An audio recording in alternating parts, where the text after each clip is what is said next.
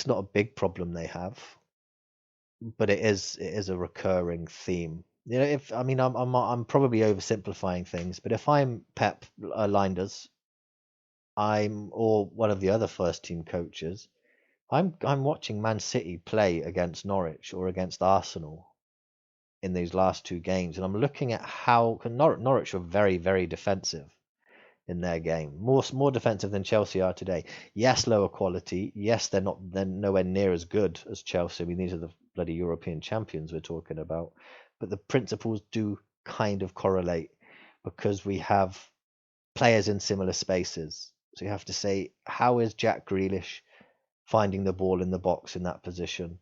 How did they find Gabriel Jesus for the first goal, vital goal? How did they find him um, inside the box, free of markers, when there's seven defenders also in the box? How is that possible? I mean, it is a simplification because, of course, they know this. It's not like Pep's, oh, why didn't I think of that before? It's not, it's not a case of realizing what they have to do in order to become better in that. It's just a case of kind of learning from a team that does it so often.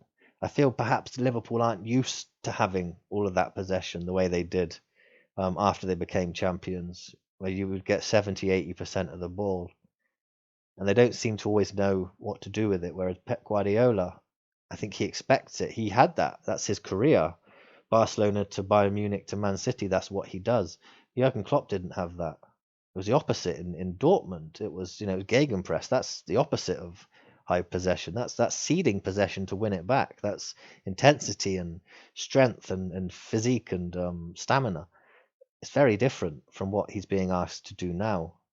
So I would look at these teams that play with possession. I would look down the road at the champions at Man City and just see how are they doing it, because this is how you score against defensive teams. Ironic, I know, because they couldn't score against Chelsea, the same team, in a much bigger game, in a game they lost. So they had a worse result than Liverpool. So I know it's ironic that I'm saying this. It's a bit redundant in some ways, I suppose you could say.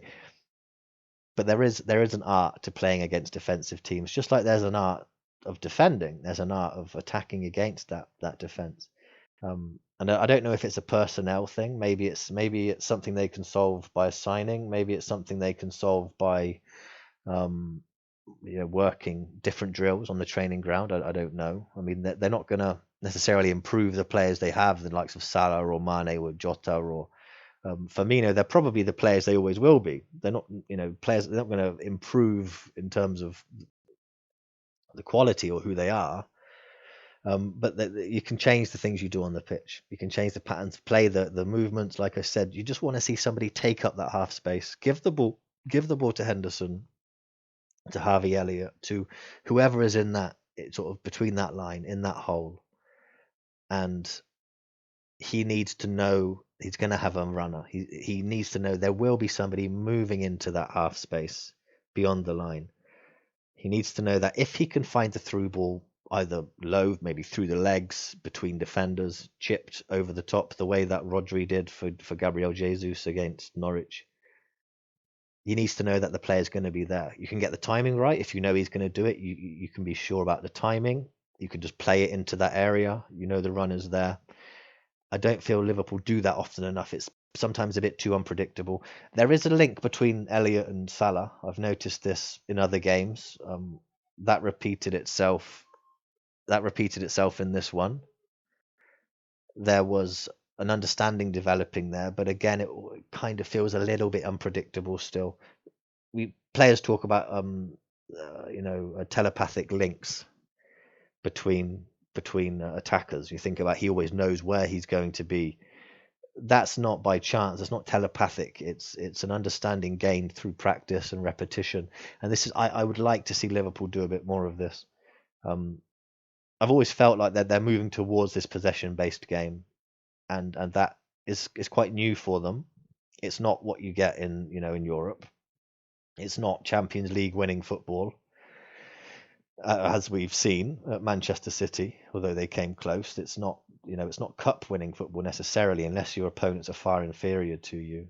It's not one-off game football, but it is the kind of football you need to play, I feel, to consistently break down defensive teams. And you've got to consider, I know Liverpool came very close one year, in a year when they were almost perfect. You've got to consider City have won 3 of the last 4. Um, I think this is the best Premier League team. I mean, Liverpool matched them, but if we forget Liverpool for 1 second, I don't think it's a stretch to say that the team Pep has built at Man City is one of the best the Premier League has ever seen. It's up there with the top teams, and it's sustainable. And you have to say, how is it sustainable? Yeah, cash. They buy the right players. They've got a profile, but that profile fits within a certain style of play.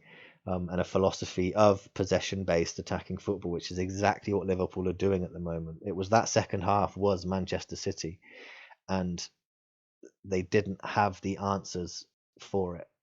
But as I said, neither did Manchester City against this same team. And Liverpool came away with a better result in a slightly different context, of course. It's not easy. It's really not easy. The Liverpod by the Tactical Times.